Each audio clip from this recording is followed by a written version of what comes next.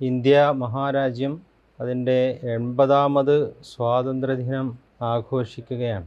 സാമ്രാജ്യത്വ ശക്തികൾ ജനിച്ച മണ്ണിൽ അടിമകളാക്കി മാറ്റിയ നമ്മുടെ പൂർവ്വസൂരികളായ മനുഷ്യരെ ആ അടിമത്വത്തിൽ നിന്ന് മോചിപ്പിച്ചതിൻ്റെ 80ാം വാർഷികമാണ് നമ്മുടെ രാജ്യം ആചരിക്കുന്നത്. ഈ രാജ്യത്തിൻ്റെ സ്വാതന്ത്ര്യത്തിൻ്റെ വില ചെറുതല്ല. രാജ്യത്തെ ആയിരക്കണക്കിനു ജനങ്ങൾ രക്തം നൽകി ജീവൻ നൽകിയാണ് ഈ രാജ്യത്തിൻ്റെ സ്വാതന്ത്ര്യം നേടിയെടുത്തത്.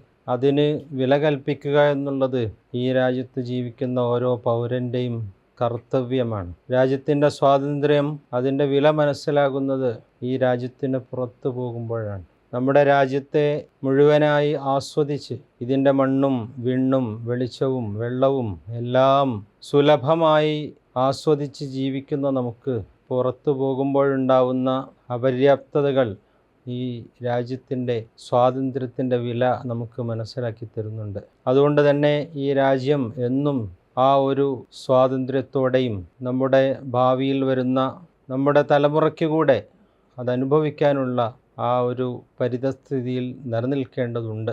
നമ്മുടെ രാജ്യത്തിൻ്റെ നിലവിലുള്ള അവസ്ഥകൾ പലപ്പോഴും നമ്മെ ഭയപ്പെടുത്തുന്നുണ്ടെങ്കിലും ഇവിടെ ജീവിക്കുന്ന മനുഷ്യർക്ക് അവരുടെ ഉള്ളിൽ എന്നും ഈ രാജ്യത്തോടുള്ള സ്നേഹമുണ്ട് എന്ന് അത് തെളിയിക്കുന്ന സംഭവ വികാസങ്ങളാണ് തൊട്ടടുത്ത ദിവസങ്ങളിൽ നമുക്ക് കാണാൻ കഴിഞ്ഞത്. അത് നമുക്ക് വലിയ പ്രതീക്ഷ നൽകുന്നുണ്ട്. ഈ രാജ്യത്തിൻ്റെ ഈ ഒരു തന്മയത്വം, നാനാത്വത്തിൽ ഏകത്വം അതൊരിക്കലും ഇല്ലാതാക്കാൻ ഒരു ശക്തിക്കും കഴിയുകയില്ല.